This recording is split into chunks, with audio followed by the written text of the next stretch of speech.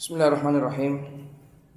Innal hamdalillah nahmaduhu wa nasta'inuhu wa nastaghfiruhu wa nastahdihi wa na'udzu billahi min shururi anfusina wa min sayyiati a'malina.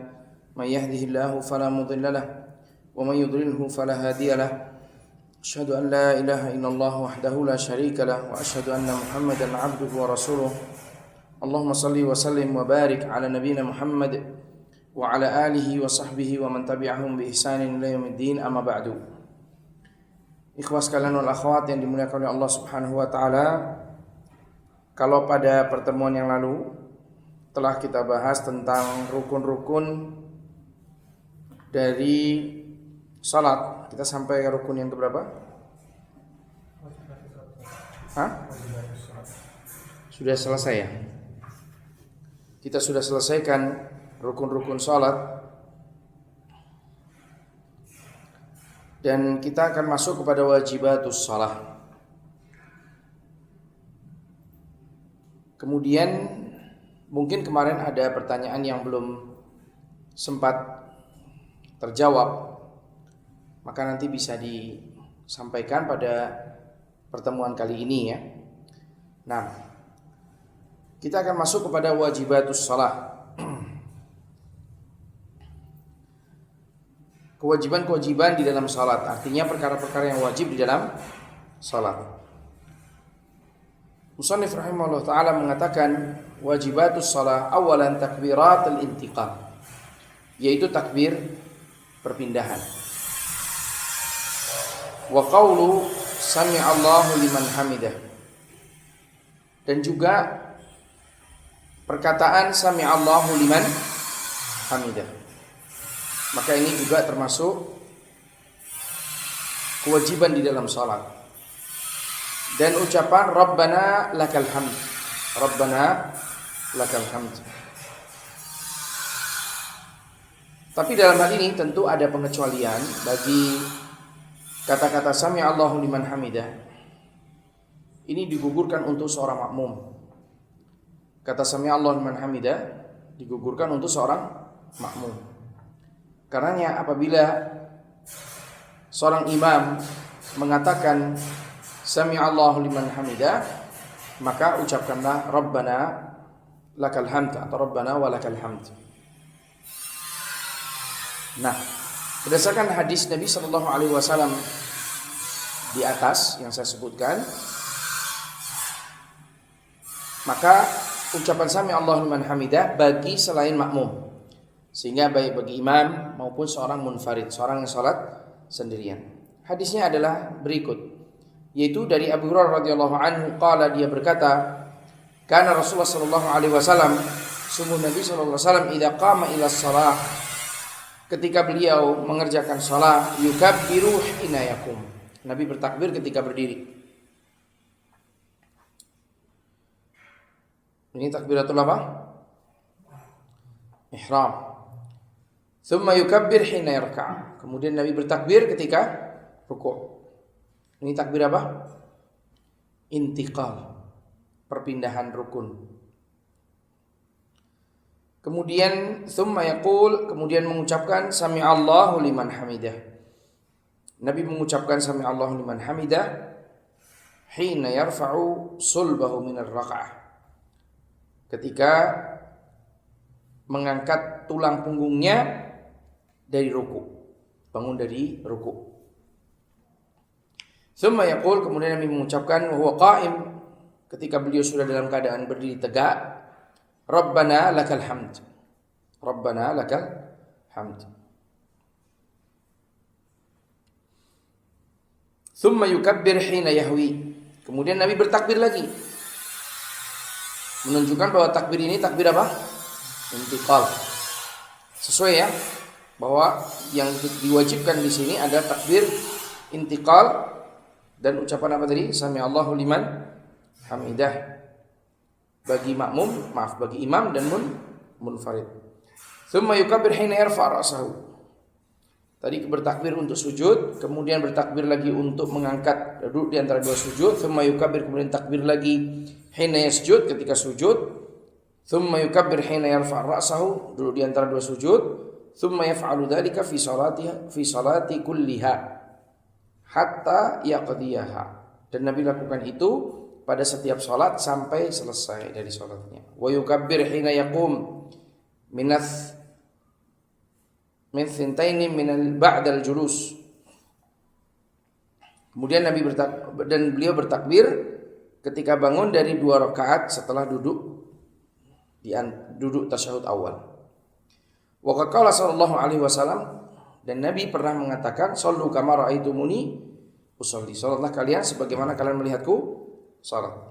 Menunjukkan bahwa takbir intiqal ini termasuk sami Allahu liman hamidah adalah merupakan wajib di dalam salat, ya, kewajiban di dalam salat, termasuk ucapan Rabbana lakal hamd. Waqad amara bidzalikal musii salatahu faqala. Nabi juga pernah mengatakan kepada orang yang salatnya buruk. Ini sudah berulang-ulang hadis ini, ya. Innahu la tatimmu shalah li ahadin minan nas. Sesungguhnya tidak sempurnalah salat seseorang di antara manusia yang salat itu hatta yatawadda, sampai dia memulai dengan berwudu. Fayadha'ul wudu, yakni mawadhi'ah. Kemudian ketika berwudu maka dia meletakkan anggota wudu itu sesuai dengan anggotanya. Artinya berwudu sesuai dengan urutan-urutannya, sesuai dengan apa yang semestinya. Tsumma yukabbir wa yahmadillah, kemudian bertakbir, takbiratul ihram, wa yahmadillah, kemudian memuji Allah azza wa jalla, yuthni alaih, memujinya. Ini dalam apa? Dalam membaca surat Al-Fatihah. Karena Al-Fatihah itu dimulai dengan apa? Alhamdulillahi rabbil alamin. Maka memuji Allah, ya. Wa yaqra bima syaa minal Qur'an, kemudian membaca surat apapun, ayat apapun yang diinginkannya dalam Al-Qur'an. Tsumma yaqul, kemudian mengucapkan apa lagi? Allahu akbar. Ini masih sama. Pembahasan kita masih terkait dengan takbir takbir intiqal, ya, meskipun di sini setelah ini kan menuju ke ruku' takbir intiqal, betul, ya. Tsumma yarka' hatta tatma'inna mafasilahu, kemudian ruku' sampai tumakninahlah sendi-sendinya. Tsumma yaqul, kemudian mengucapkan sami Allahu liman hamidah hatta yastawi qa'iman, sampai ketika beliau betul-betul tegak berdiri baru mengucapkan tsumma yaqul, mengucapkan Allahu akbar, tsumma yasjud, ya. Ya, tentu tadi ketika setelah sami Allahu liman hamidah pasti mengucapkan apa? Rabbana walakal hamd, ketika betul-betul berdiri. Kemudian bertakbir lagi Allahu akbar untuk sujud, kemudian sujud hatta tatma'inna mafasilahu, sampai ruas-ruas sendi-sendinya ini tenang, ya. Wa yarfa'u ra'sahu hatta yastawi qa'idan, kemudian duduk di antara 2 sujud, mengangkat kepalanya sampai tegak dalam keadaan duduk. Tsumma yaqul, kemudian mengucapkan Allahu akbar. Tsumma yasjud, kemudian duduk sujud hatta tatma'inna mafasilah, seperti itu juga. Tsumma yarfa' ra'sahu fayukabbir, kemudian mengangkat kepalanya kemudian bertakbir. Hadis ini semuanya menjelaskan tentang apa? Poinnya takbir intiqal. Mafhum, ya? Baik, yang kedua, makanya kita tidak lama-lama di sini. Kita murur kasahab, ya, berjalan seperti awan yang melintas. Yang kedua, di antara wajib salat adalah at-tasyahhudul awal. Nah, perbedaan antara wajib dengan rukun. Kalau rukun itu harus ada. Kalau itu tidak terlaksana, maka dia harus apa? Kalau itu tidak terlaksana, dia harus apa? Dia harus mendatangkannya. Ya, salatnya tidak sah. Karena rukun. Sedangkan wajib itu apabila tidak dikerjakan, dia mengharuskan pelakunya untuk mengganti dengan sujud sahwi, menutupnya dengan sujud sahwi. Ya, menggantinya dengan sujud sahwi. Salah satunya ini tasyahudul awal. Seseorang yang ketika semestinya dia bertasyahudul awal ternyata dia tidak bertasyahudul awal, maka salatnya tetap sah, tetapi dia diharuskan untuk sujud sahwi. Dalilnya apa? Bahwasannya tasyahud awal ini adalah wajib An Ibnu Mas'ud radhiyallahu anhu qala, dari Ibnu Mas'ud dia berkata, inna Muhammadan sallallahu alaihi wasallam qala, Nabi Muhammad pernah mengatakan, idza qa'adtum fi kulli raka'ataini faqulu, apabila kalian duduk dari setiap 2 rakaat maka ucapkanlah ucapan berikut. Nah, Nabi memerintahkan di sini. Asalnya perintah adalah apa? Wajib. At-tahiyyatu lillah wa salawatu wat thayyibat. Assalamu alayka ayyuhan nabiy wa rahmatullahi wa barakatuh. Assalamu alayna wa ala ibadillahis salihin. Asyhadu an la ilaha illallah wa asyhadu anna Muhammadan abduhu wa rasuluh. Thumma, kemudian liyatakhayyar ahadukum minad du'a. Kemudian hendaklah dia memilih, salah seorang di antara kalian itu memilih doa a'jabahu ilaih, yang paling menakjubkan untuknya. Falyad'u bihi rabbahu azza wa jalla, maka dia berdoa dengannya kepada Allah Subhanahu wa taala. Ini pada tasyahud awal setelah selesai dari doa di atas, setelah bersyahadah. Ya. Waqad amara bihi Nabi sallallahu alaihi wasallam al-musii salatahu. Nabi pun sudah memerintahkan kepada orang yang salatnya apa? Buruk. Apa yang Nabi perintahkan? Ya. Fa idza jalasta fi wasatis shalah, kalau engkau duduk di tengah-tengah salat, fatma'in waftarish, maka tumakninahlah, tumakninah itu artinya tenang, waftarish dan iftirashlah. Artinya apa? Duduk dengan membentangkan kaki kiri. Kaki kirinya didudukin. Jadi kaki kirinya didudukin, itu iftirash. Ya, waftarish fakhidakal yusra thumma tashhad. Bentangkanlah paha kirimu, kemudian engkau bersaksi. Dia mengucapkan tasyahud. Kemudian yang ketiga di antara kewajiban salat adalah wajibu alaihi idza qama ila shalah an yattakhidha sutrah baina yadayhi. Wajib juga apabila dia bangun untuk mengerjakan salat, dia menjadikan adanya sutrah di hadapannya. Baina yadayhi itu kan di antara 2 tangan.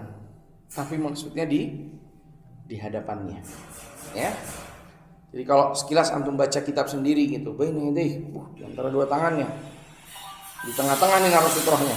Enggak. Maksudnya di hadapannya. Nah, tamna'u murur amamahu. Tujuannya untuk menghalangi orang yang akan melewati hadapannya. Ini berarti orang yang sholat itu nggak boleh dilewatin, ya, orang yang sholat nggak boleh dilewatin.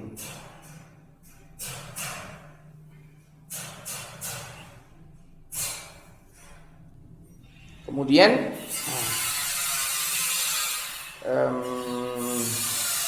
wa takuffu basarahu amma wara'aha. Kemudian selain itu menghalangin orang untuk lewat, karena dia tahu ini sutrah tempat sujud seseorang, batas tempat salat seseorang, sehingga bisa lewat belakangnya, begitu ya. Belakangnya atau belakang sutrah maksudnya. Selain itu ada tujuan lain, supaya dia tidak memandang tempat yang lain, tetapi memandang ke arah tempat sujudnya. Ya. Mungkin di sebelah sana ada tumpukan makanan sudah disiapkan di hadapannya setelah sutrohnya. Nah, itu jangan sampai fokus di situ gitu. Nanti gagal fokus. Ya. Fokus pada apa? Tempat sujudnya, dia lagi sholat nih. Gitu. Ya, mau di depan mau disediakan kurma, anggur, roti, jubna, zubda, zabadi, apapun diletakkan di depannya, dia tidak terpengaruh karena dia melihat ke arah tempat sujudnya. Setelah adanya apa? Sutrah. Jadi di antara fungsi sutrah itu, ya. Kemudian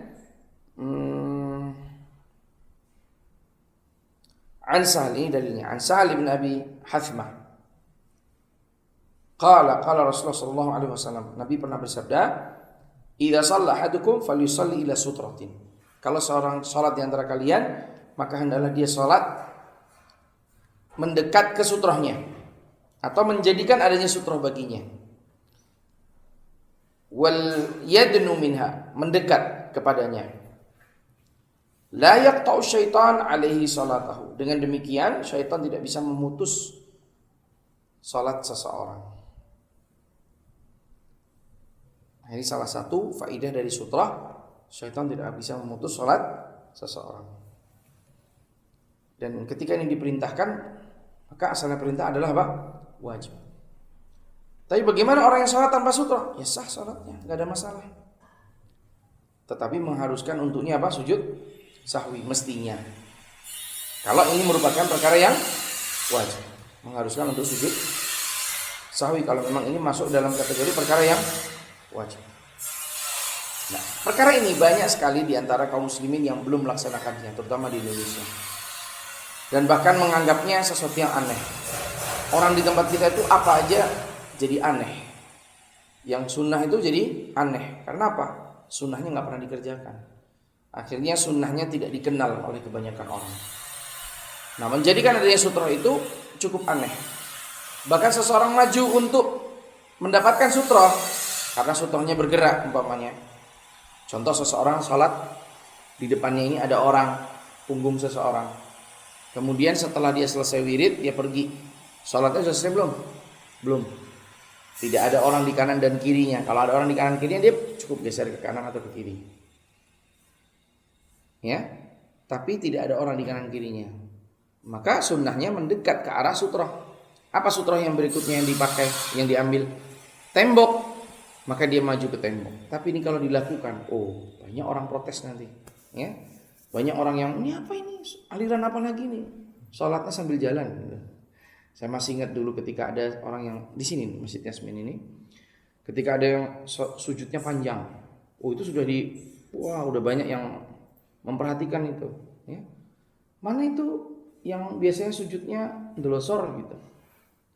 Subhanallah, padahal itu sunnah Nabi SAW. Nabi itu kalau sujud menjauhkan antara perutnya dengan dadanya, ya. Jadi tidak menjauhkan perut ini dengan tangannya, antara perut dengan tangannya, antara paha dengan tangannya, tidak terlalu dekat. Jadi tidak menempel. Tidak seperti, mohon maaf, mungkin binatang apa ini yang kalau sujud begini nih, ya, bahkan nggak ada di dalam sunnah seorang sujud itu begini, itu nggak ada dalam sunnah, ya. Kan ada yang menyebutkan tuh kalau perempuan sholatnya begini, kalau laki-laki sujudnya begini gitu, kalau perempuan ditekuk ke dalam, nggak ada itu dalam sunnah. Nabi bilang nggak pernah ngajarin, ya. Kalaupun ada itu fatwa, entah berdasarkan apa kita tidak tahu fatwa itu. Ala kulli hal, begitulah Nabi mencontohkan kepada kita, itulah gerakan untuk laki-laki dan wanita. Ketika Nabi tidak menjelaskan ini khusus untuk wanita, maka gerakan itu juga berlaku untuk wanita. Ya. Bagaimana Nabi sholat ketika sujud? Nabi mujafah, Nabi membuka. Sehingga pernah terlihat apa? Ketiaknya yang putih. Ya. Nah, sebagian ulama mungkin memfatwakan wanita nggak boleh dong begini, ya, wanita itu menyembunyikan diri. Tapi berdasarkan apa fatwa tersebut? Yang kedua tadi, di antara sunnah Nabi SAW, Nabi menjauhkan dari dari tempat sujudnya Nabi itu tidak menempel begini. Sujudnya Nabi itu agak jauh, ya. Bahkan kalau mau dilewatin anak kambing, ya, itu anak kambing itu bisa lewat di bawah perut Nabi Shallallahu Alaihi Wasallam.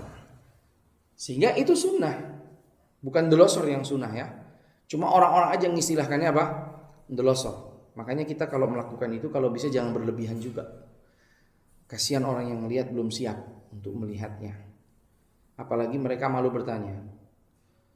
Ya, mereka malu bertanya, tapi maunya gunjing gitu. Gak enak jadinya. Harusnya kan kalau orang yang baik, yang hatinya bersih gitu, ya. Itu kalau ada sesuatu yang aneh, ganjil, tanya, kenapa kok emas sholatnya begini gitu, supaya dia dapat kejelasan. Tapi orang kita itu nggak berani ngomong langsung tuh, beraninya di belakang ngomongnya sama orang lain. Kenapa sih kok dia gitu tuh? Nggak berani menghadapi orang yang sholatnya mungkin berbeda dari yang lain, ya. Maka kita sampaikan dalam hal ini, kadang di masyarakat itu mereka belum siap untuk menerima sunnah, karena memang sunnah jarang dikerjakan di masyarakat. Seperti sutroh ini hampir tidak ada orang yang mengerjakannya di Indonesia. Saya pun tahu sutroh di Madinah, padahal hadis tentang sutroh itu ada dalam Bulughul Maram, ada dalam Umdatul Ahkam, ya. Saya yakin ada di dalam Sahih Muslim atau Sahih Bukhari, pasti ada. Dan pasti para ulama sudah mengajarkannya.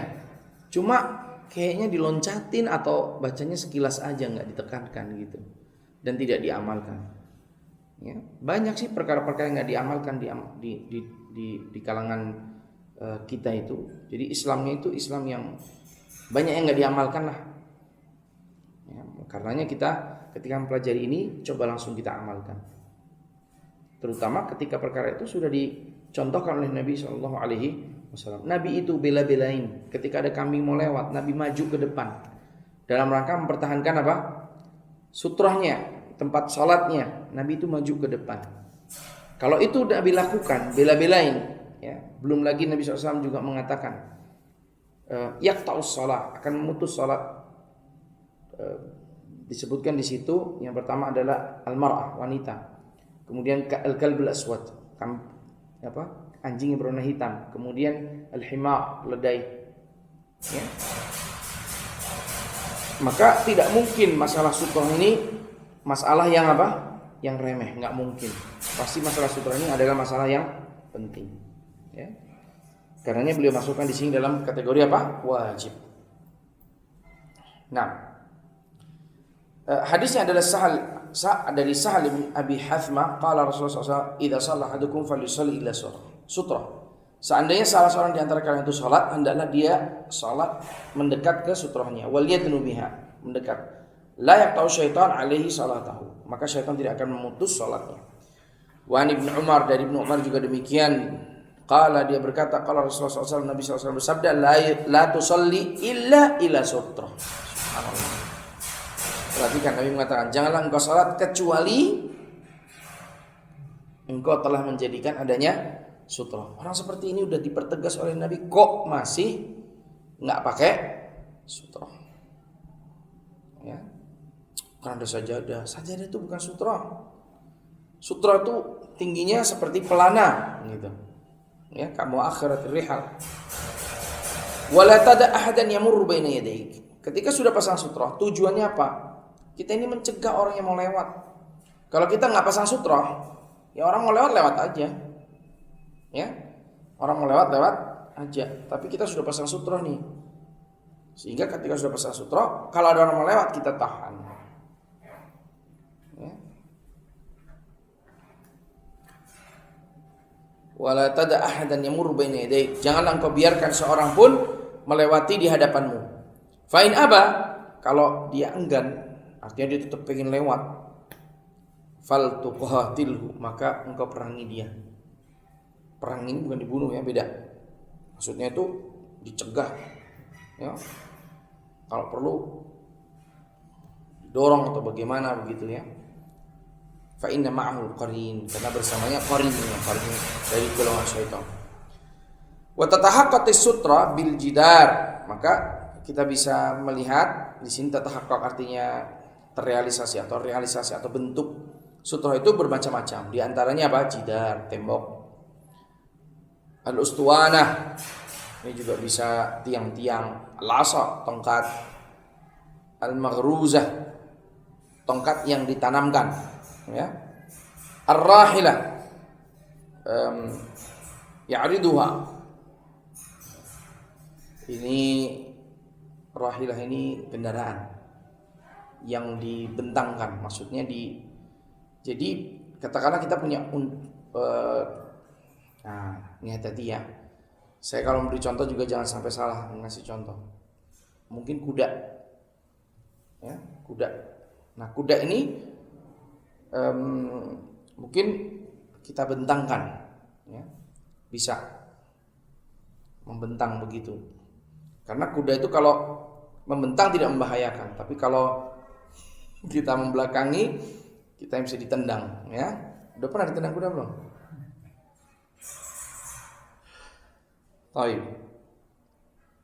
Kalau zaman sekarang mungkin motor bisa dijadikan sutroh ya. Taruh motor di depan, kita sholat di ininya, di sisi sampingnya ya. Fa yusalli ilaiha, kemudian sholat mengarah ke sutroh tersebut. Wa aqallu ma yajzi'u mithla muakhiratir rihal. Dan yang paling minim tingginya itu seperti pelana. Al-khashabatul lati yustanadu ilaiha ar-rakib. Yaitu ya pelana. Ya, pelana. Nah, pelana ini gimana ya? Tergantung pelananya. Kalau pelana kuda itu kan apalagi untuk yang pacu itu cuma flat ini. Nah, kalau pada unta itu agak tinggi begini, ya. Jadi dia bisa agak nyandar lah. Tingginya berapa? Kira-kira tingginya seperti ya setinggi vas bunga ini mungkin tingginya. Enggak terlalu tinggi ya. Setinggi vas bunga ini mungkin tingginya. Nah, itu muakhiratul rihal. Nah, di hadis Musa bin Talha, berdasarkan hadis dari Musa bin Talha an abihi, dari bapaknya, qala, dia berkata, kalau Rasulullah SAW bersabda, idza wada'a ahadukum baina yadayhi mithla muakhiratir rihal falyusalli. Seandainya salah seorang di antara kalian telah meletakkan di hadapannya itu sebuah benda yang tingginya seperti pelana tadi, maka dia diperkenankan untuk sholat. Wala yubali ma marra wara'aha dzalika, dan dia tidak perlu memperdulikan apa yang melewati di belakangnya. Maksudnya setelah ada sutrah, ya orang lalu lalang di depan itu nggak ada masalah. Nah, sekarang yang jadi masalah ini di masyarakat kita ini banyak orang-orang tuh yang ketika sholat jamaah antara satu shaf dengan shaf yang lain dibatasi dengan ini ya, apa namanya, karpet ya. Di antara karpet itu ada celah kecil, cukup untuk satu kaki biasanya kan. Nah, orang itu biasanya nggak mau melewati orang yang sedang duduk gitu. Tapi lalu lewat mana mereka? Lewat belakangnya orang yang sedang duduk. Padahal di belakang orang yang duduk itu ada orang yang sedang sholat. Dan dia menjadikan orang di depannya itu sebagai sutra. Jadi akhirnya dia melewati dari dalam sutra. Nah, cuma kita ya jangan ini ya, jangan apa namanya, ya kita ajarkan kepada mereka, kita jelaskan. Kalau antum diberi kesempatan untuk ceramah, antum sampaikan. Kalau mau lewat, mending melewatin orang yang udah selesai sholat deh. Sebab orang yang sholat itu dia menjadikan orang yang selesai sholat itu sebagai apa? Sutrohnya. Kalau dilewatin, meskipun di tadi ya garis antara shaf tersebut, ya ini berarti telah memotong sholat sutroh seseorang gitu. Diajarkan kepada mereka, ya, karena mereka orang yang nggak paham. Nah, Allahumma kalau tiba-tiba ada orang yang mendekat di shaf gitu langsung terabas, kita antum kasih tahu dengan dicegah. Ya, kalau dia berusaha di depan kan kita sulit nih. Cegah kalau bisa, kalau nggak bisa ya sudah. Namanya orang nggak paham, diajarkan. Ya, yu'allam. Bisa juga anak-anak lari kenceng, antum cegah gimana? Jatuh ya, malah bocor nanti kepalanya gara-gara antum cegah. Ya anak-anak lari, ya wis mau gimana? Antum kasih kaki gitu, wah, bablas terbang dia nanti. Ada ini kejadian, ya. Kejadian. Memang dalam beragama tuh perlu fikih ya, perlu hikmah. Jangan kita itu beragama itu kemudian tidak mempertimbangkan apa yang ada di sekeliling kita. Nah, ini tadi nggak ada koneksi ya? Tapi bisa. Kalau saya kemarin bagus di situ karena ini kan langsung kebuka. Afan tadi lupa bilang anak-anak. Tapi bisa bener nggak ada masalah. Pakai apa itu anunya? Pakai smartphone. Telepon.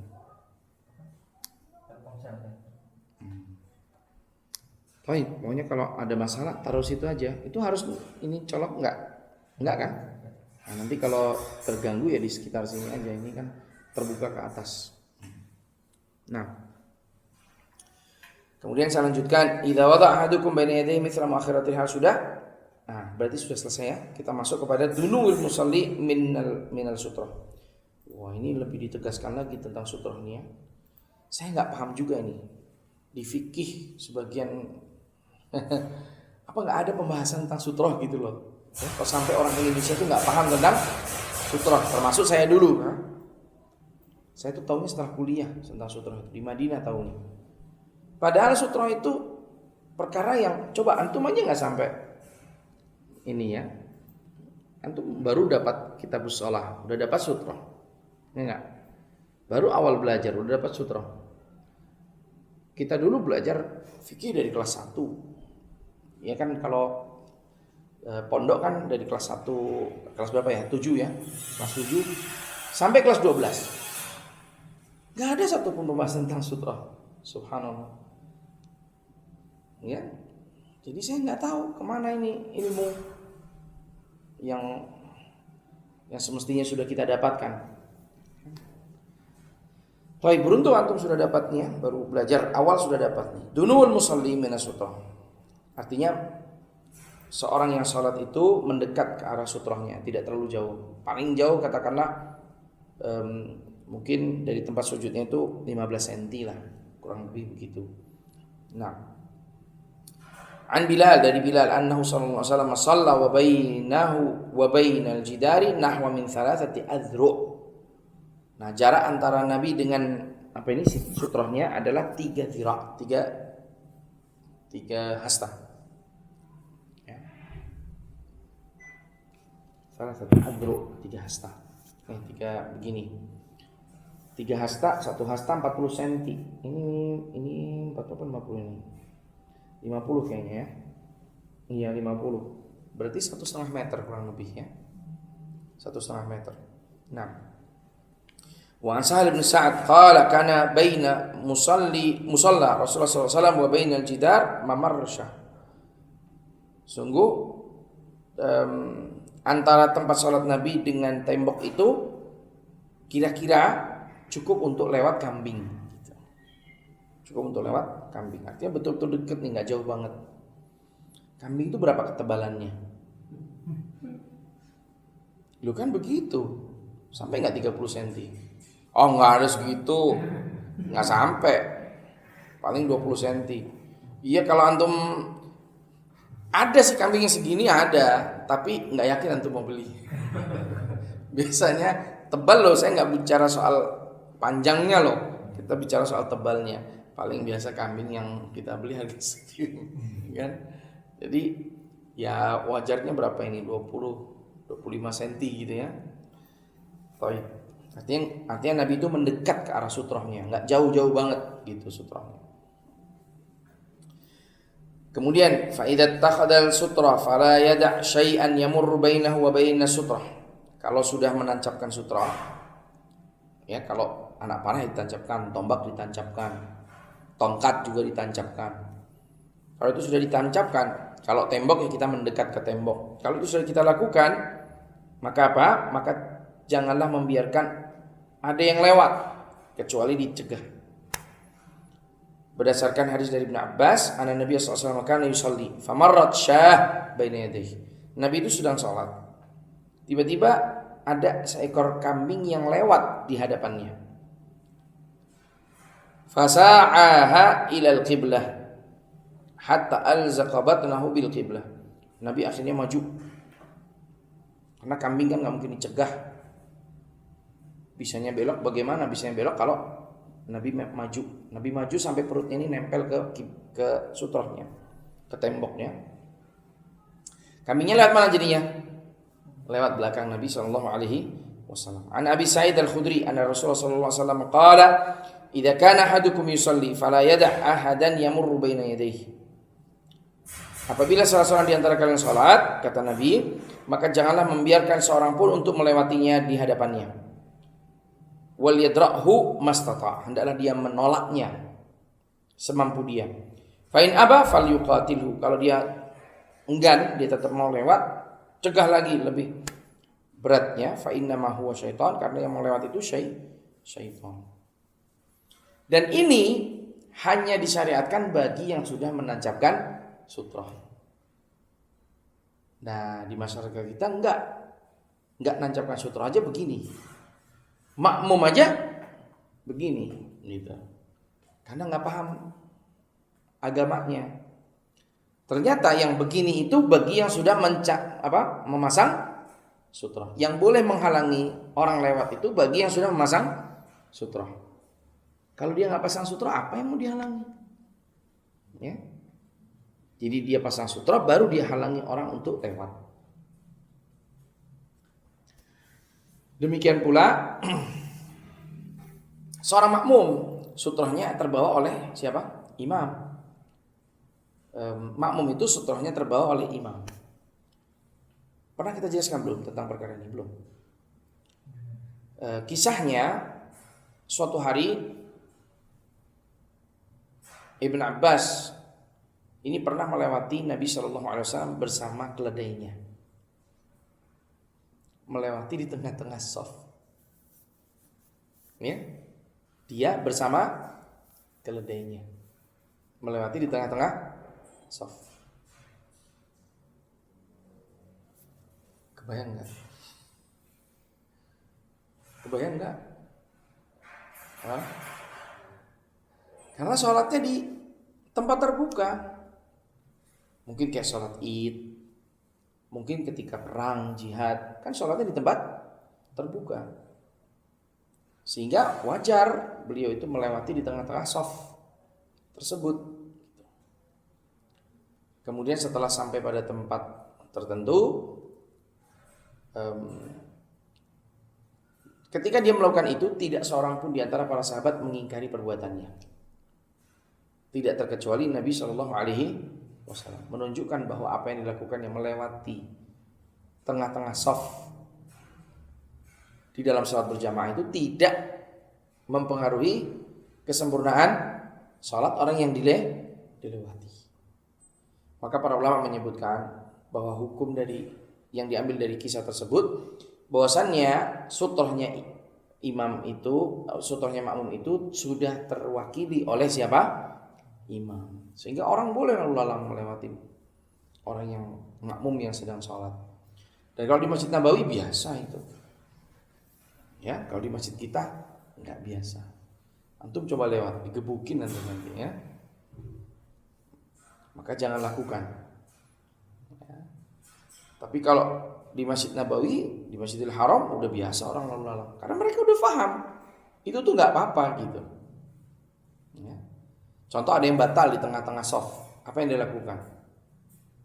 Kalau pintunya di sebelah sana tuh, masa ya dia mundur sampai belakang shaf, melipir lagi, baru keluar, kan enggak?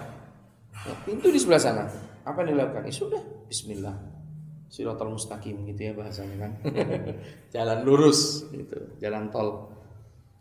Ngelewatin orang sholat semua, nggak apa-apa, karena sutranya imam adalah sutratul ma'mum adalah sutranya imam, artinya terwakili oleh sutranya imam. Gitu. Ya ini kalau antum mau melakukan itu, tolong jelaskan dulu kepada masyarakat, pahamkan dulu. Kalau mereka mau paham, kadang masyarakat tuh nggak mau paham ya. Kadang. Apakah karena kita ya menjelaskannya terlalu tinggi, ataukah makmumnya mohon maaf yang terlalu ta'assub, ya?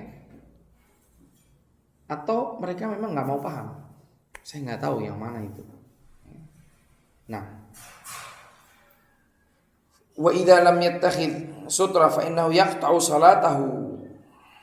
Nah, seandainya dia tidak menjadikan adanya sutra, kemudian ada yang lewat, maka itu mempengaruhi keabsahan salatnya.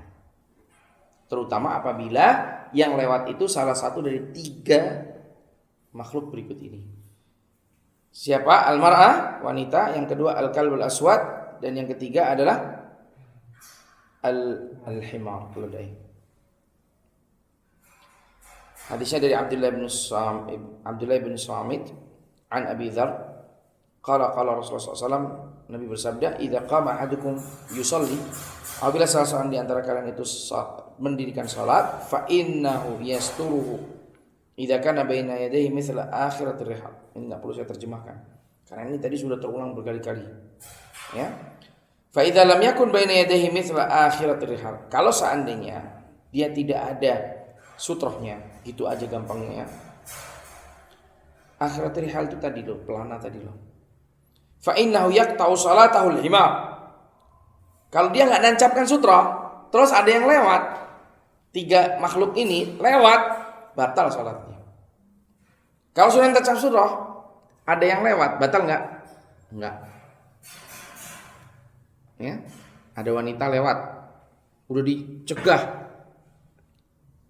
Kan pas bagian bahaya nih kalau kalau dicegah begini masih bablas kan, waduh, harus langsung ditarik kan gitu. Sudah dipasangi palang masih tetap maksa mau lewat, lepas lewat, batal nggak sholat kita? Kalau kita sudah pasang sutroh, tidak batal. Kalau kita nggak pasang sutroh, meskipun kita begini kan lewat, batal sholat kita. Siapa mereka? Ya, al-himar wal mar'ah wal kalbul aswad. Al-himar wal mar'ah wal kalbul aswad. Qala ya Abu Dzar. Kemudian ada yang bertanya, wahai Abu Dzar, ma bal kalbul aswad min kalbil ahmar min al kalbil asfar? Emang apa bedanya nih anjing yang hitam dengan ahmar merah? Merah itu sebenarnya coklat ya. Hitam itu disebut merah sebenarnya. Gimana? Coklat lah. Coklat itu mereka nyebutnya ahmar. Jadi kalau zaman dulu dikatakan ahmar itu maksudnya apa? Coklat. Kalau aswad itu ya hitam arang itu aswad. Nah, apa bedanya nih anjing yang berwarna hitam dengan warna coklat atau anjing berwarna asfar? Asfar itu coklat ya. Ahmar ini merah. Nah, qala ya ibn akhi sa'altu Rasulullah SAW kama sa'altani. Subhanallah, ternyata dia tanya seperti pertanyaannya yang disampaikan kepada Rasulullah SAW. Karena Nabi menyebutkan kalbul aswad. Kemudian Nabi menjawab kalbul aswad syaitan. Anjing hitam itu apa? Syaitan. Ya.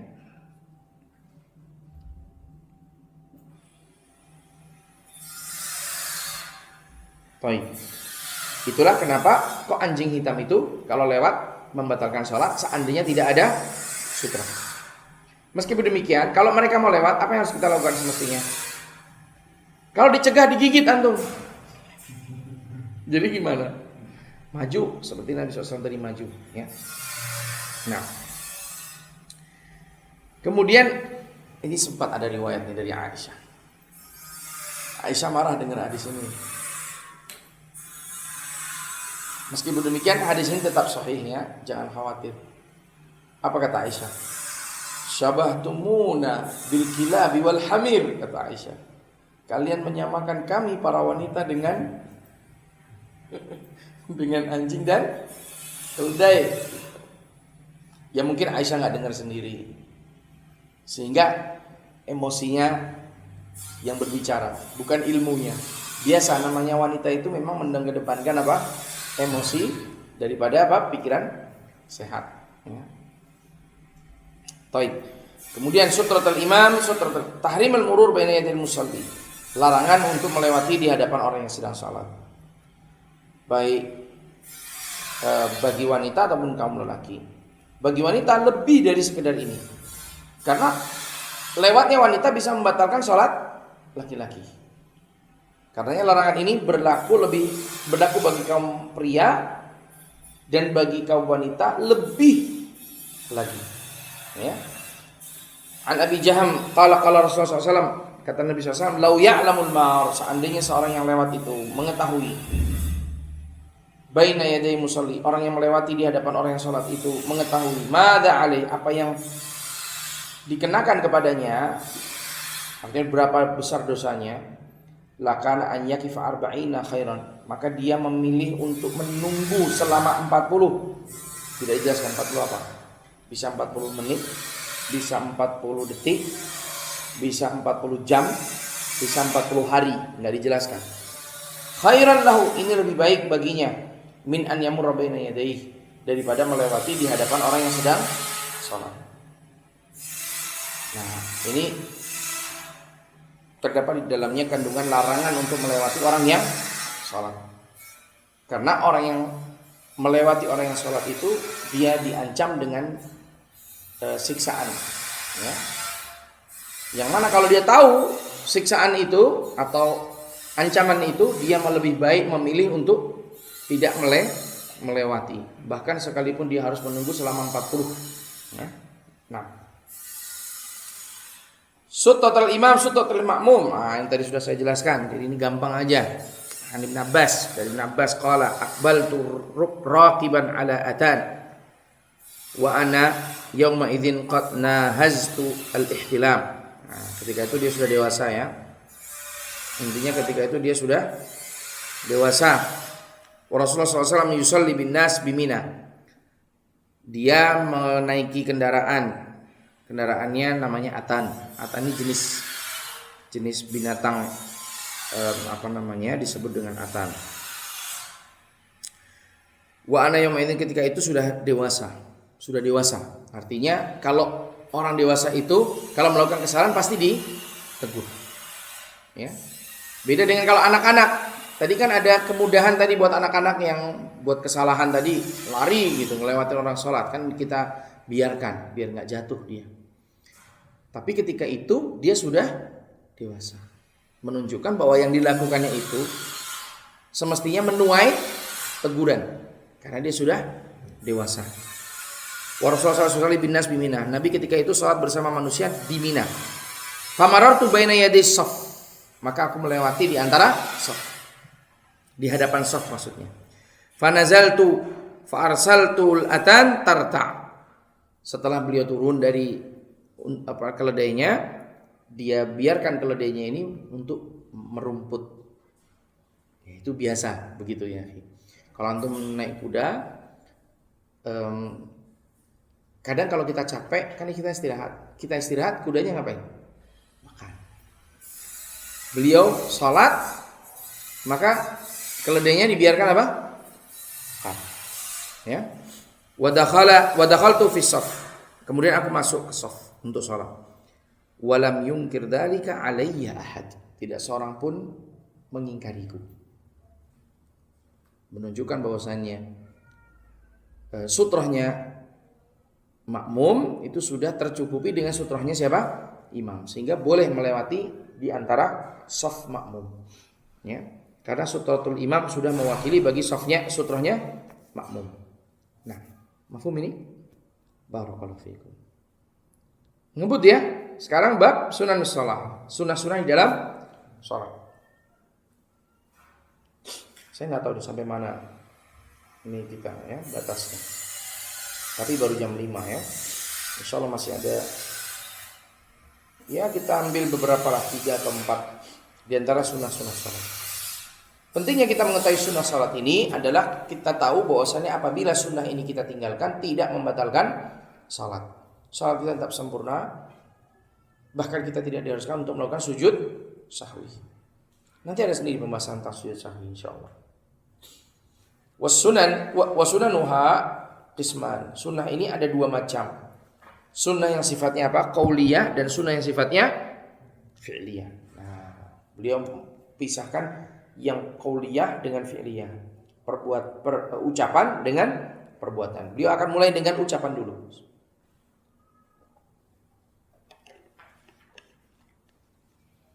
Yang pertama di antara ucapan yang sunnah adalah doa al-istiftah. Doa istiftah. Wa afdaluhu, dan yang terbaik dalam istiftah, yakni setelah takbiratul ihram kemudian istiftah kan. Ternyata istiftah itu tidak rukun, tidak pula wajib. Ya, yang rukun itu adalah membaca Al-Fatihah.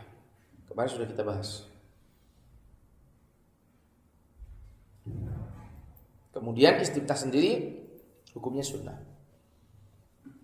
Yang paling baik adalah yang diriwayatkan dari Abu Hurairah radhiyallahu anhu qala kana Rasulullah SAW idza kabbara fi shalah sakata hunaiha qabla al-qiraah. Nabi itu terdiam sesaat sebelum membaca alhamdulillahi rabbil alamin. Nah, terdiamnya itu ngapain? Apa yang Nabi baca? Itu ditanyakan oleh para sahabat. Ya. Faqultu ya Rasulullah bi abi anta wa ummi. Dia mengatakan, wahai Rasulullah, demi bapak dan ibumu, ara'aita sukutaka baina takbir wal qiraah ma taqul? Kami melihatmu terdiam di antara takbir dengan membaca surat Al-Fatihah. Apa sih yang engkau baca? Qala, Nabi menjawab, aqulu Allahumma ba'id baini wa baina khataayaya kama ba'adta bainal masyriqi wal maghrib. Ya Allah, jauhkan dariku antaraku dengan antara dosa-dosaku itu sebagaimana engkau jauhkan antara timur dan barat. Allahumma naqqini min khataayaya kama yunaqqa thawbul abyadu minad danas. Ya Allah, sucikanlah dosa-dosaku sebagaimana engkau mensucikan pakaian yang putih dari kotoran. Allahumma ghsilni min khataayaya bis-salji wal ma'i wal barad. Ya Allah, cucilah dosa-dosaku itu dengan air salju, dengan air dan juga barad. Ini warna putih ya. Nah, ini yang pertama yaitu doa al-istiftah. Ini sunnah. Sehingga kalau enggak istiftah sah salatnya. Seperti orang yang tergesa-gesa mungkin. Udah hampir azan asar, dia baru sholat duhur. Aduh, tinggal 1 menit lagi nih, nggak cukup waktunya. Maka dia harus bisa sholat dengan mencukupkan yang wajib. Apa yang bisa ditinggalkan? Yang bisa dia tinggalkan adalah membaca doa apa? Istiftah. Ya. Kadang hal-hal seperti ini penting untuk antum ketahui. Karena kata Nabi SAW, man adraka raka'atan faqad adraka shalah. Siapa yang sudah mendapati 1 rakaat, maka dia sudah mendapatkan sholat di waktu itu. Jadi ini emergency ya, bukan, jangan dijadikan ini harian. Tiap hari begitu, menjelang syuruk tinggal 1 menit, baru antum sholat subuh. Akhirnya mode-nya mode safe mode gitu. Ya, jangan. Ini emergency. Kalau antum membutuhkan ilmu ini, antum sudah tahu ilmunya. Apa yang bisa antum tinggalkan? Membaca apa? Istiftah. Karena istiftah hukumnya sunnah. Adapun dalam keadaan leluasa, bacalah istiftah ini. Karena doa ini baik sekali untuk kita ya. Terdapat di dalamnya permohonan maaf, ampunan dari Allah Subhanahu wa taala. Yang kedua di antara sunnah adalah isti'adzah, mengucapkan a'udzubillahi minasyaitonir rajim. Karena ini diperintahkan setiap seseorang membaca Al-Qur'an. Loh, kapan baca Al-Qur'annya? Ya, Al-Fatihah itu Qur'an. Ya, kemudian setelah itu juga membaca surat itu Qur'an.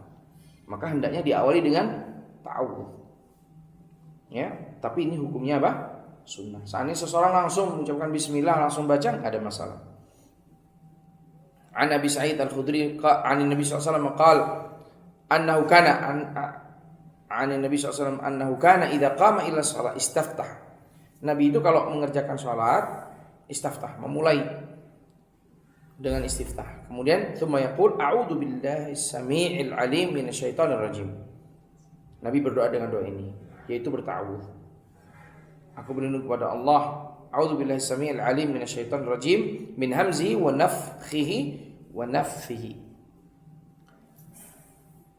Kemudian yang ketiga at-ta'min, yaitu mengamini. Ketika imam sudah mengucapkan waladhdallin, maka dia mengucapkan apa? Amin. Berdasarkan hadis dari Wa'il ibn Hujr, qala, dia berkata, kana Rasulullah SAW idza qara'a waladhdallin qala amin wa rafa'a biha sautah. Nabi mengangkat suara aminnya. Amin gitu ya. Wa an Abi Hurairah radhiyallahu anhu anna Rasulullah SAW qala Nabi bersabda, idza ammana al-imam fa'aminu. Kata Nabi, kalau imam sudah mengucapkan amin, maka ucapkanlah apa? Amin. Nah, dalam hal ini perlu antum fahami kata-kata idza ammana al-imam. Maksudnya bukan ketika imam sudah selesai mengucapkan amin, tetapi ketika imam sudah sampai posisi saat dia hendak mengucapkan amin, maka ucaplah amin. Karena di sini keutamaannya terletak pada muwafaqah atau kebersamaan di dalam mengucapkan amin. Mafhum ini?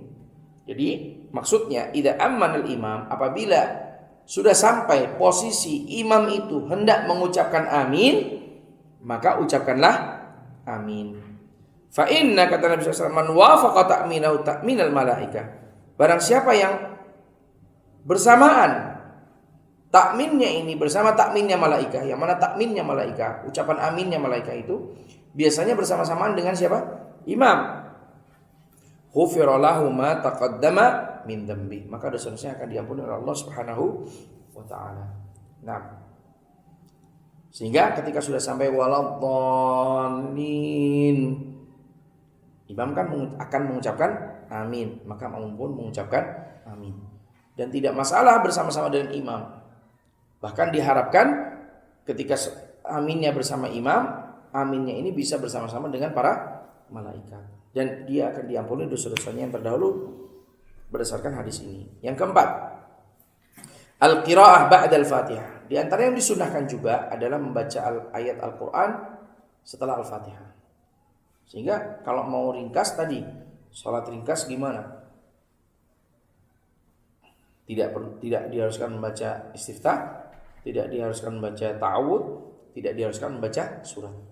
Cukup membaca Al-Fatihah. Nah, qiraat ba'da al-Fatihah ini berdasarkan hadis dari Abi Qatadah qala kana Nabi sallallahu alaihi wasallam yaqra'u fi raka'atil ulayaini min salati dhuhri. Nabi itu ketika membaca ketika 2 rakaat yang pertama dari salat zuhurnya itu bi Fatihatil Kitab wa suratain. Nabi mulainya dengan Fatihatul Kitab, kemudian membaca 2 surat. Yutawwilu fil ula wa yuqassiru fil tsaniyah. Surat yang dibaca di awal itu diperpanjang, surat yang dibaca di kedua agak sedikit pendek. Yusammiul ayah ahyanan. Kadang-kadang ayat ini bisa terdengar. Ayat yang dibaca Nabi itu bisa terdengar kadang-kadang. Ya. Wa kana yaqra'u fil 'asri bi Fatihatil Kitab wa suratain. Demikian pula pada waktu asar, Nabi membaca Al-Fatihah kemudian membaca 2 surat.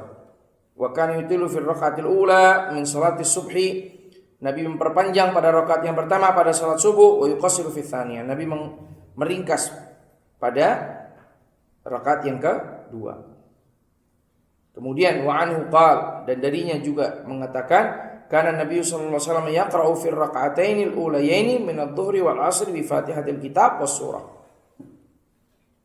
Darinya ini kepada siapa? Kembali kepada siapa? Abi Qatadah juga meriwayatkan bahwa Nabi SAW yaqra'u fi raka'atain al-ulayain min adh-dhuhri wal 'ashri bi Fatihatil Kitab wa surah. Nabi itu membaca pada 2 rakaat pertama dari salat zuhur ataupun asar dengan Al-Fatihah. Kemudian baca surat. Yusmi'una ahyanan, al-ayati ahyanan. Beliau memperdengarkan ayat itu kadang-kadang.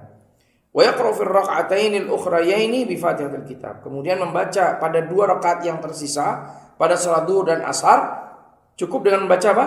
Al-Fatihah. Sehingga bacaan surat setelah Al-Fatihah pada rakaat yang pertama dan yang kedua di setiap salat itu menjadi disunnahkan. Mafhum ini ya? Yuk, kita selesaikan ini baru nanti tanya jawab. Wa tusannul qira'ah fil al-akhir wa tusannul qira'ah fil ukhrayaini ahyanan, dan disunahkan untuk membaca surat pada 2 rakaat yang terakhir kadang-kadang. Jadi tidak selalunya Nabi membaca surat itu hanya di 2 rakaat pertama. Kadang-kadang Nabi juga membaca surat di 2 rakaat yang terakhir.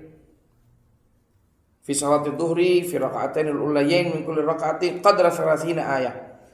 Nabi itu membaca pada salat zuhur 2 rakaat yang pertama itu kurang lebih sebanyak 30 ayat. Jangan lu ini ya. Wa fil ukhrayaini qadra 15 ayat. Sedangkan 2 yang terakhir Nabi membaca 15 ayat. Au qala nisfi dzalik, atau dia perawi mengatakan separuhnya. Kalau tadi 30 ayat maka 15. Asar juga demikian, wa fil asri fi raka'atain al-ulayain, pada 2 rakaat yang pertama Nabi membaca fi kulli raka'atin qadra 15 ayat. Kalau asar agak kurang nih. Dia membaca berapa? 15 ayat. Wa fil ukhrayaini qadra nisfi dzalik. Membaca 7 ayat. Wassunnah an yujhir bil qira'ah fi salati subhi. Sunnahnya dalam mengeraskan bacaan surat-surat ini itu dikeraskan pada waktu subuh, pada 2 rakaat maghrib, pada 2 rakaat isya, ya. Sedangkan pada waktu zuhur dibaca dengan pelan. Tidak perlu dikeraskan. Demikian pula pada salat maghrib rakaat yang ketiga bacanya pelan. Tidak perlu dikeraskan. 2 rakaat isya juga yang terakhir ya, itu juga dibaca pelan. Wallahu taala alam. Wa sallallahu wasallam ala nabiyina Muhammad wa ala alihi washabihi ajmain. Ya. Nah. Berarti minggu depan kita akan lanjutkan dengan at-tasbih fi ruku' was sujud, yaitu mengucapkan subhana rabbiyal a'la atau subhana rabbiyal azim, ya. Ini hukumnya ternyata sunnah. Nah, ada pertanyaan? Yang lalu? Nah, yang lalu dulu ada nggak? Yang lalu dulu. Bismillah, izin bertanya Ustaz. Bagaimana jika keadaan kita setelah menyelesaikan wudu namun lupa membaca doa dan teringat ketika setelah melakukan takbiratul ihram? Bagaimana yang seharusnya dilakukan Ustaz? Ya sudah, ketika waktunya sunnah itu untuk dilakukan itu terlewat, maka sunnah itu gugur. Sudah tidak bisa lagi membatalkan salatnya hanya untuk membaca doa setelah berwudu. Sama ketika seseorang sudah terlewat mengangkat tangan, ya. Ketika berdiri pada rakaat yang ketiga kan ada angkat tangannya, ya. Dia lupa nggak angkat tangannya, kemudian sudah sedekap. Apakah terus angkat tangan lagi? Enggak, sudah terlewat, ya sudah. Begitu.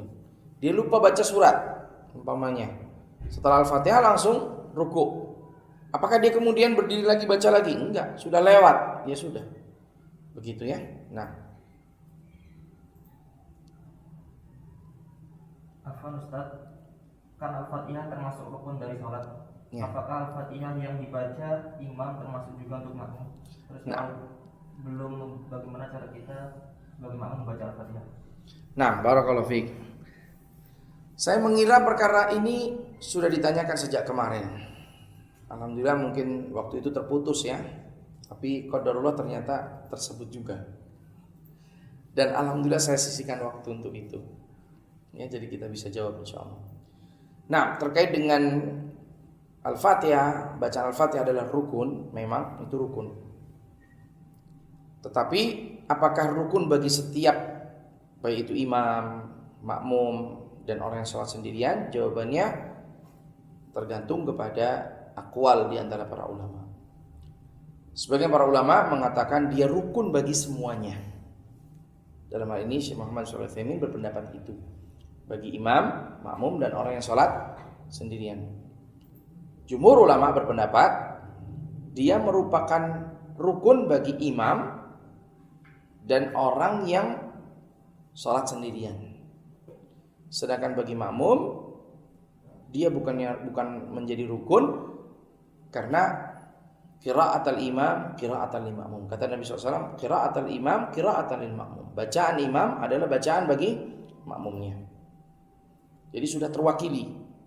Bacaan imam itu sudah mewakili bacaan makmum, sehingga ketika imam sudah membaca Al-Fatihah, makmum di sini tidak harus membaca Al-Fatihah. Kemudian juga datang dalam sebuah hadis Nabi SAW, ketika seseorang itu datang terlambat dalam keadaan imam itu sedang ruku, ya, maka Nabi SAW memerintahkan kita untuk mengikuti ruku. Dan kita boleh menghitung salat itu manakala kita mendapatkan ruku bersama imam. Padahal kita tahu ketika dia langsung ruku, takbiratul ihram kemudian ruku, atau takbiratul ihram kemudian bertakbir lagi untuk intikal menuju ke ruku, apakah dia sudah membaca Al-Fatihah? Belum.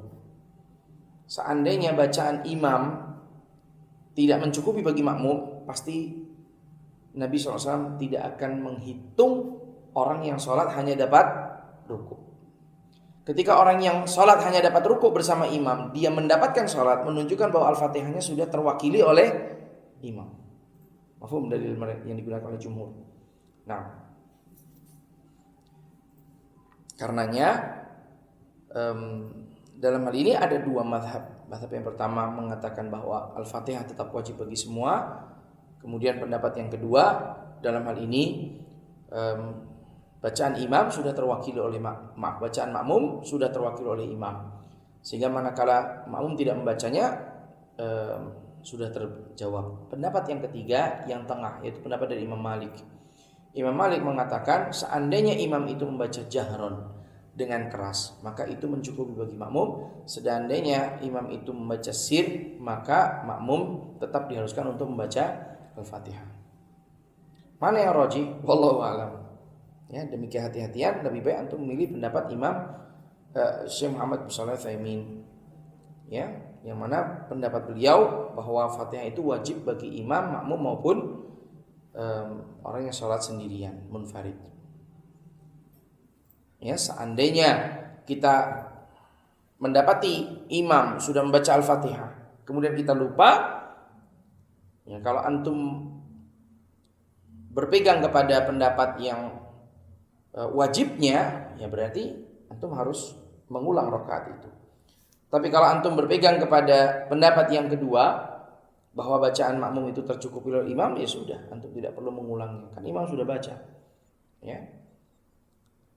Nah, wallahu taala alam. Terus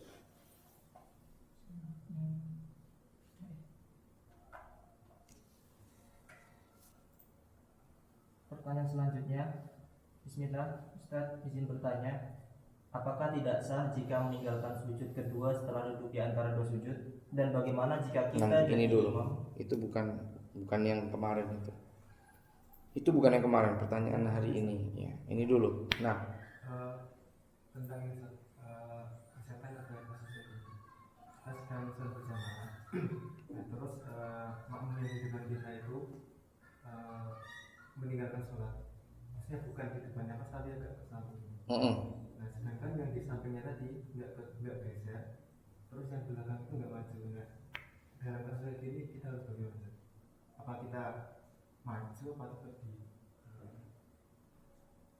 ya kalau ada yang kosong kita maju. Iya. Itu agak nyerang.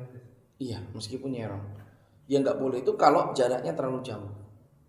Katakanlah jarak 2 soft. Jadi 2 soft kan berarti berapa langkah tuh?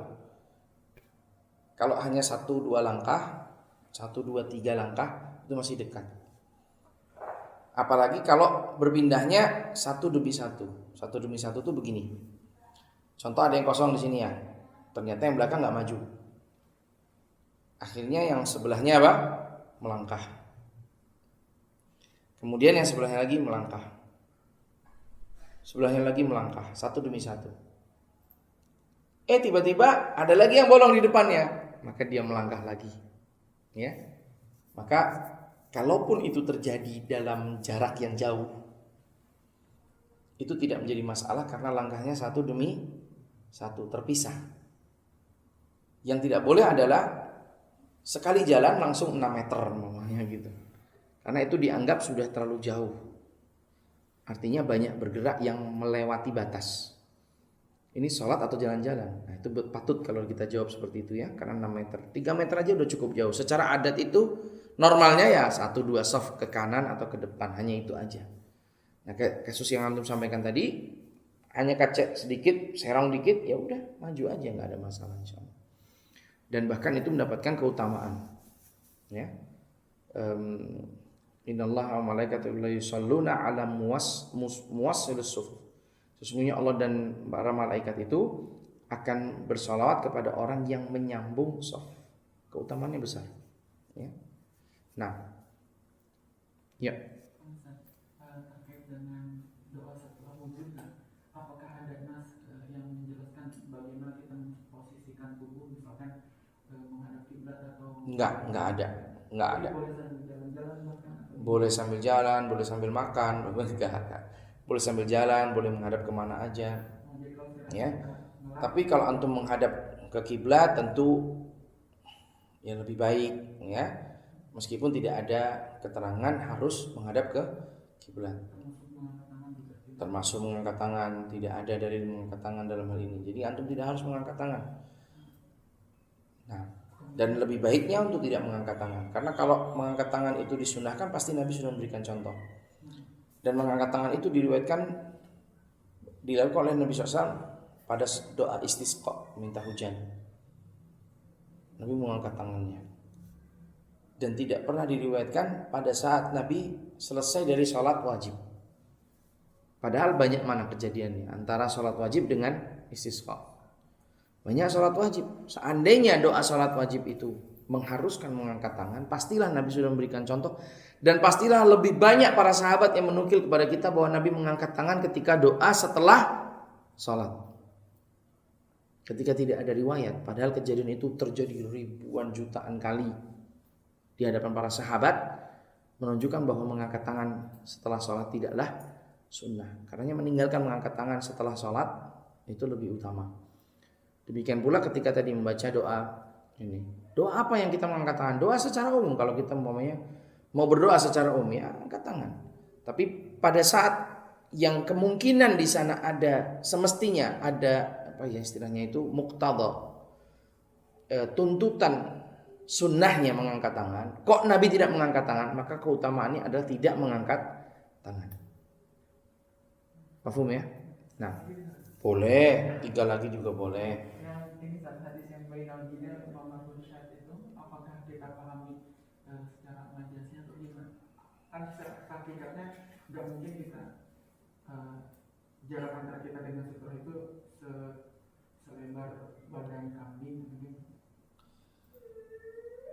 Ya, asalnya kalimat itu disampaikan apa adanya dan tidak dipahami secara majas sampai ada dalil yang menunjukkan itu dipahami secara majas. Contoh umpamanya ja'al asad, kan nggak mungkin asad itu datang ke sini, kecuali kalau di sini mungkin ya dekat Biologa kan. Tapi istilahnya kalau dalam acara seperti ini nggak mungkin. Oh, ahlan ja'al asad. Ya pasti yang dimaksud adalah asad secara kiasan, bahwa itu adalah manusia yang seorang yang pemberani kan gitu. Tapi tanpa adanya dalil, maka kembali kata-kata itu difahami apa adanya gitu. Jadi betul-betul mamar rosyah ya jarak lewatnya kambing gitu. Dan kata Rasulullah dengan sutranya itu sebesar ukuran kambing. Iya. Walaupun secara kita Kan tadi salah satu adruk tadi 3 hasta. dengan Antum coba aja. Antum coba 3 hasta itu seberapa? Ya, hasta antum sendiri. Kemudian antum ukur antara jarak tempat sujud antum dengan 3 hasta tadi. Pasti ketemu jarak kurang lebih antara 20-25 cm. Seperti yang tadi kita sebutkan. Ya. Dicoba di sini nggak apa-apa. Antum coba di sini. Biar yang lain juga melihat, ya. Dicoba di sini nih, nggak apa nih. Maaf ini tempatnya tidak memadai. Kita pakai meteran ya. 3 hasta tadi kan perkiraan kita tadi 3 hasta ya. Ini 1 hasta 1 tegel. Coba maju ya, maju. Ya, coba antum sujud di sini meskipun nggak terlalu bersih ya. Mundur lagi. Itu garis-garis. Ya, yuk sujud. Maju lagi dikit baru sujud. Maju dikit lagi. Nah, udah ya. Ya, sujud. Nah, bolongnya berapa tuh? bolong ini Ini nih, jarak ini. Antum sujud. Nah, ini dia. Yang sekilan ya. Oh, jadi mungkin antara kepala sampai ke sutra gitu. Oh, mantap. Anak kira pemahaman namanya. Nah, sekarang coba diukur ini dirok ini sama nggak? Segini coba, satu hasta. Ini nih, tegel ini. Dari sini. Iya, mana aja deh, coba diukur. Satu. Nah, pas toh? Nah, Mafhum? jadi dari kepala ketika sujud dengan sutra gitu jaraknya satu. Iya, jadi dari kepala ke sutrohnya itu satu mamarsyah. Oh, Kambing bisa lewat. bukan Bukan untuk lewat kambing tapi ya. Ya, ukurannya ya. ukurannya. Nah, bisa. Hayat. Nah, ada lagi yang lain? Bismillah, assalamualaikum Ustaz. Afwan, apakah ada doa setelah salam berupa ke kanan Allahumma inni as'aluka fauzan bil jannah, ke kiri Allahumma inni as'aluka najata minan nari wal afwa indal hisab? Apakah doa tersebut ada dalilnya? Apa Ustaz, doa tersebut saya dapatkan dari kiai saya dulu. Nah, untuk itu saya belum pernah menemukan dalilnya. Dan justru kalau itu ingin diamalkan harus dicari dalilnya. Karena dilakukan pada setiap selesai sholat. Ketika tuntutan penjelasan tentang hadis itu ada, tetapi kita tidak temukan, maka perkara itu tidak boleh dikerjakan. Karena asalnya ibadah itu adalah haram. Sampai adanya dalil yang datang menjelaskan tentang sebuah perintah tersebut. Kalau doa bebas dibaca sebelum salam itu bebas. Ya, kita boleh baca doa apa aja sebelum salam. Kalau udah salam, ya sudah. Assalamualaikum warahmatullahi wabarakatuh. Assalamualaikum warahmatullahi wabarakatuh. Itu saja. Seandainya ada amalan yang baik, pasti sudah dinukil oleh para sahabat kepada kita. Karena para sahabat itu orang yang paling semangat dalam mencari dan melaksanakan kebaikan. Ketika tidak ada satupun riwayat yang sampai kepada kita menjelaskan tentang amalan itu, menunjukkan bahwa amalan itu tidaklah baik. Ya, tapi saya tidak mengatakan itu belum pasti tidak ada. Saya katakan silahkan dicari dulu untuk diamalkan. Karena asalnya ibadah itu haram untuk diamalkan sampai ada dalil. Jadi cari dulu. Kalau belum dapat, tinggalkan dulu. Karena ibadah. Ya. Nah. Bismillah Ustaz, izin bertanya, apakah tidak sah jika meninggalkan sujud kedua setelah duduk di antara dua sujud? Dan bagaimana jika kita jadi imam terus meninggalkan rukun sholat? Apa makmum juga mengulang karena tidak sah? Jazakumullah khairan. Nah, satu-satu ya.